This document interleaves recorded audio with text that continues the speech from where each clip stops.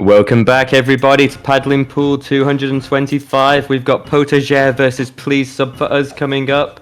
We have just reported Zori to the police for doxing Conroe, and we're getting A-Set the help they need after those absolutely chaotic sets we've seen up to this point. But the energy has been brilliant. Yeah, absolutely brilliant in both live and in chat. So thank you for that. My name is Chili Boy, and I'm joined by the wonderful fellow Brick Conroe. How you doing, bud? Thanks, Chili. Yes, I'm doing very well, thanks. Hello, everyone. And Potager, a name I definitely recognise from previous tournaments. They've really been on the grind lately and normally have very, very strong showings. No surprise they made it to this point. Please Sub for Us, I'm not familiar with, but I think that's also just the nature of the Splatoon community and changing their team name every time they enter anything. So continuing to troll as commentators, but... the rosters are very compelling. There's names that we kind of recognise on both teams, so we can expect some very high caliber gameplay as we don't waste any time and get right into this. Yeah, we're going to get into game one straight away. So this round and the next one still going to be best of 3. The semi-finals and the finals will be best of 5. So we're seeing a junior on the side of Potager. Please Sub for Us. So that'll be interesting for tower control. Very quick, big bubbler, and of course that's always good for tower control. Just sitting on that and activating the bubbler straight away. Some very early tri-strikes coming in, presumably from that Neo splash. And the first pick is on the side of Please Sub for Us. So it is Potager that are pushing up pretty fast here, and they're going to get the first push. Yeah, Neo Splash doing what Neo Splash does there, but a very, very strong response from Potager. Tri-Strike not really making the moves it needed and immediately pushing. They've got the Wave Breaker ready from the Eeltail as well. They've got the Zook coming out, maybe getting in the practice for the upcoming patch. And 40 seconds in and already at checkpoint 1, Conroe. Yeah, they're doing really well here. Please Sub for Us are kind of locked in their base. It looks like they have lost the Eeltail. They're going to try and come in. The Blaster's pushing. It's just the junior now. They are going to get the shield up though, so that is going to be at least a few more points. They almost make it to that final checkpoint. Pretty decent first push there, all the way to 32, but it is going to swing the other way. It is a wipeout, so Please Sub for Us will have a pretty good chance at establishing some control and getting a push of their own. Yeah, we've got Eeltail with Bubbler Protection at the moment and a Wave Breaker. That's a pretty terrifying sight there with Nakahara on tower, but then moving back slightly, just waiting for that right opportunity. They do get a pick on the Splatana Wiper on Potager, and they are at checkpoint 1, so it looks like they are going to be able to progress along from that as well. I love the Blasters pick earlier when defending, where they got the direct and then just casually walked away. That's how you do that with style, but Potager doing what they can now to try and slow things down as we get to second checkpoint. That is 2 picks. Potager have gotten Please Sub for Us, so that looks like that might be the end of their push for now, but it's still very early days. Yeah, good push to 59, but I think, as you said, that is the end of the push. The Wiper is going to push up straight away. They're fairly close to Ultra Stamp. Are they going to just sit back and wait for that? I mean, they're pretty close to it now. We can see they're going to paint for that and probably activate it in a second if they're able to get in. Out comes the Ultra Stamp. It gets picked straight away from a pretty nice blaster shot there from the front. So that gets countered straight away, and Please Sub for Us are immediately moving to the other side, trying to take control of the bridge, setting up for another push. Yeah, the Blaster taking position beautifully here, getting that big bubbler out to block off that space and apply some pressure. Losing 2 of their teammates though, so getting backed into a bit of a corner here now. The Splatana Wiper doing what they can, being backed up by the... I love this, you finish a sentence and everything already changes by the Splatter Shot, who's then taken out by the Stamper. This is just a very Splatoon 3 right now, but I love it. And then the Charger on Potager getting picked off as they try to jump out. So quite a skirmish right now, a bit scrappy, but Please Sub for Us on the move again. And the map looking very yellow. Yeah, definitely. Although they have lost 2 players, this Wiper able to pretty much just curl around the tower and get on and get the picks. They get taken out, but the tower is going to slow down for now. It's going to start resetting to mid. Potager again have lost 2 players though. It's kind of on Please Sub for Us' side. They remain in control. They just can't get that push past to take the lead. They've still got to get through a checkpoint as well. Out comes the big bubbler. That's going to get broken pretty quickly. The Tri-Strike is just going to gain some control. The Wiper's stuck on the side if they can take out the Wiper, but the Ultra Stamp comes out, gets 1, and I think that got 2. They're still pushing tower, but they do eventually get stopped, and there's only 1 player alive. That's the Stamper. They're going to try and maintain this push, but they can't. They get taken out, and Potager are going to come back in. And that's the nature of her tower control against two relatively balanced teams, is it's that slow, gradual objective, and it pauses in some really challenging spaces when you get to those checkpoints, and Potager doing a good job of hanging in there, applying the pressure that they need to slow down Police Subfra's progression. But that being said, Police Subfras have been getting the majority of opportunities for the second half of this match. There's a minute on the clock. They're getting the triple link strikes out there with the big bubbler on tower, although they have popped it quite early. So here they are again, making the offensive plays, and even though Potager have been hanging in there really well up to this point, they have just lost 3 players. The tower is ticking. It does look like they're going to get the lead here, Cameron. It's only the splash shot alive. Yeah, it's only the splatter shot from Spawn. This is surely going to be the lead, and it is. They're at the last checkpoint. There's less than a minute left. Huge push from them, and it's almost a lockout here. Everyone is ahead of the Tower Rider. They could finish it here. Out comes a tri-strike. The Wiper manages to get round, and suddenly they're 2 down. They're 3 down, so this probably will be the end of the push, at least. The Stampers just staying in there. They're going to get wiped, but that is huge work to do now for the blue team. Yeah, Potager in a position here where they've got 30 seconds on the clock. They're forced to play really aggressively now if they want to make something happen, and that's going to be a really, really tough ask in what has been a quite balanced match. But Potager with a really strong start, and then Police Subfra seemingly just chipping away at their defenses as the match goes on. It is 3 players down though on Police Subfra with 5 seconds on the clock, so Potager are going to get one final chance to push this. There's 3 players down. They're approaching the final checkpoint barrier. They're doing what they can, but it's getting pretty scrappy. Oh, it's just the Wiper alive for the other team right now. Are they going to be able to stop them? This is a huge final push in overtime. Everyone again ahead of the tower. The big bubbler is up. This could be the lead, and it is. They take the lead in overtime, and that is game 1. I mean, we couldn't really have asked for a more engaging way to kick our commentary set off, could we, Conroe? There, that was a really brilliant back and forth the whole time. Potager with an incredibly strong opening engagement, but then I felt momentum was shifting more and more into Police Subfra's favour as the match was going on. It felt like they were getting all of the chances, and they were chipping and chipping and chipping away. To Potager's credit, their defences were really strong, and then they got that last opportunity in overtime and didn't waste it to take the game. So a really engaging back and forth to kick us off.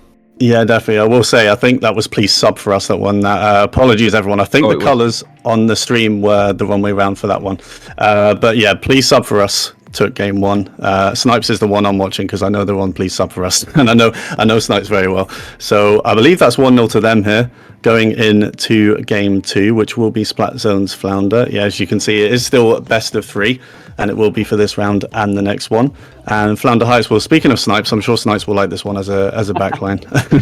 Oh yeah, they definitely will, and the static objective as well, something that they'll probably appreciate. Flounder, a very, very different map and environment to be working within though. Lots and lots of space, the high ground to work with. This is a map that people seem to be quite favourable about and quite happy to see it returned, even though it isn't quite as tall as it was in previous iterations. But yeah, it'll be interesting to see how both teams adapt. That is the challenging element of best of 3. You really only get one shot to turn it around. But 2 teams of this caliber, Potager, even though they just slightly lost that one, you know, they're a very resilient team, so I can't see them going down easily. Yeah, definitely. And yeah, I'd agree. Flounder Heights, I like it at least. And I think most people do. It's you know, there's 2 zones at the top. It at least has an option, you know, a second option for coming out of spawn. You can kind of sneak off to the right and go up the wall that way.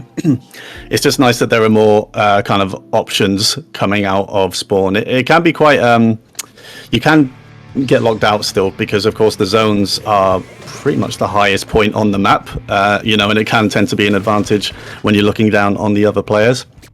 So here we go with game 2 of this one. Please sub for us, 1 game away from the quarterfinals. 2 splashes coming out for Potager. We've got a vanilla splash with Crab and a Neo splash with Tri-Strike, and a lot of special charge up for Potager as well. We're going to see a lot of triple link strikes this game probably.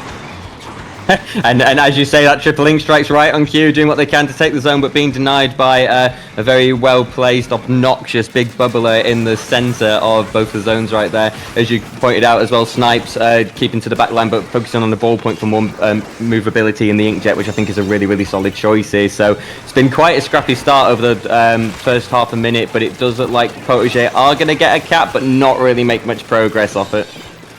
Yeah, still neutral for now. Well, 1 point on the board for Potager at least, so that would win the game if no one else can ever cap the zones. But they have managed to get 2 down. Well, please sub for us, actually. Getting the picks on Potager right now. But they're not quite able to get the zones yet. Please sub for us, trying to take control. 2 down for them, though. Just a lot of picks coming out, not much capping in the zones. That is very typical of this. There are 2 zones quite far apart from each other. And it's still just 1 point in it. Out comes the Inkjet. That gets a pick, another pick, and now it's just the Neo Splash for Potager. And please sub for us might take this opportunity to gain control. Yeah, this is going to be their best opportunity so far. 3 players down. You can see Snipes there using the ball point to just kind of rain ink down on enemy side and make it a bit more complex for them to start getting back into the match. They have had 2 players go down. The Stamper is doing what they can to set up for a retake, but getting denied by the Junior there, who was wary of that. So Potager, 2 players down, having to retreat slightly here, and please sub extending their lead. Yeah, they are starting to get locked out. This is what I mean with having the higher advantage on this map. There is a player in their street to the right, sneaking around. They haven't been able to take them out yet, so I assume they're still there. But out comes the Crab Tank, and but this is now against 2 Inkjets. That's going to get destroyed immediately by those 2 Inkjets from the ballpoint and the Tri-Slosher. It's 2v2. This next fight is huge. Potager needs this one to stay in the tournament. Out come the Tri-Strikes. Can they gain control? Canada is still there with the Junior, which paints really well, as we know. U-Snipe is there with the Stamper trying to get something. They're just trying to cap these zones to at least get a penalty timer on Please Sub for us, but all 3 players who are alive on Please Sub are defending that 1 zone. They are still in control of. Potager just can't grab control of both. Snipes is there being a solid backline right now. Out comes the Zipcast and out comes the Tri-Strike. They need some picks here to make this happen. The Splash is going to move over. This could be the moment. They still need the picks though. Everyone on Please Sub for us is just maintaining this zone. Out comes the Inkjet. They're so close to capping it. They finally do. Snipes with the Inkjet gets punished. So this game will at least go on for a little bit longer. Huge penalty time for Please Sub for us. And now it's Potager's turn to maybe take control here and push Please Sub for us on their side. Although they are 2 down, so I'm not sure if that's going to happen. The speed of this game and the way it moves sometimes, man, it all changes so quickly. But yeah, Potager managing to get a really hefty 65-point penalty on Please Sub for us there, but having to work so hard to do that. Like you were saying, Please Sub for us objective gameplay this match has just been absolutely stellar. They're aware of the importance of even just slowing down the progress for Potager and managing to do so absolutely beautifully. So we've got about 1.5 minutes on the clock left. Currently, Please Sub for us do have the players' advantage, and they are progressing further and further into Potager's territory. So this is looking pretty good for them. This is looking like they're getting the momentum they needed, very similar to what happened at the end of Game 1, but Potager have shown that they know this map really well, and they know how to stall progress. So we'll see if they can find a response. They've got a little bit of time to figure it out. Yeah, this Tri-Slosher has stayed alive for so long. They get 1 final pick on Mikey before being taken out. Yeah, I'm sure Potager aren't enjoying fighting 2 Inkjets on this stage. Tri-Slosher, of course, very strong here as well on Flounder. Again, the Zipcast just trying to go around the back, trying to get something, but they're not able to, and the penalty time for Please Sub is almost done, and Potager are a player down. They do not have long. They're 2 down. This could be game unless they can neutralize one of these zones. 3 players down. Good work from Please Sub for us. That is going to be the end of the game and the end of the set. Please Sub for us taking this 2-0. Well, that was a pretty intense exchange there. A very kind of expected stalemate at the start. The nature of dealing with 2 zones, always making it quite challenging to progress the objective. But once that final breakthrough had happened for Please Sub for us, it felt like it was a pretty suffocating experience for Potager to come back from there. So very nicely done by them. Also, the caveat of the map being very big makes it so hard to recover once you've lost that ground, and once the enemy team have that high point. But it was really well played by both sides. A really good example of how important it is to pay attention to objective and not just focus on splats, because so many players were going down either side at the beginning there, but people were just doing such a good job of holding their zones. So that is Potager's run coming to an end, but GG's to them for making it this far. It's good to see them in so many tourneys, and Please Sub for us will be advancing. We will be taking a very short break, I believe, and then we'll be right back with our next set. All right, see everyone in a bit.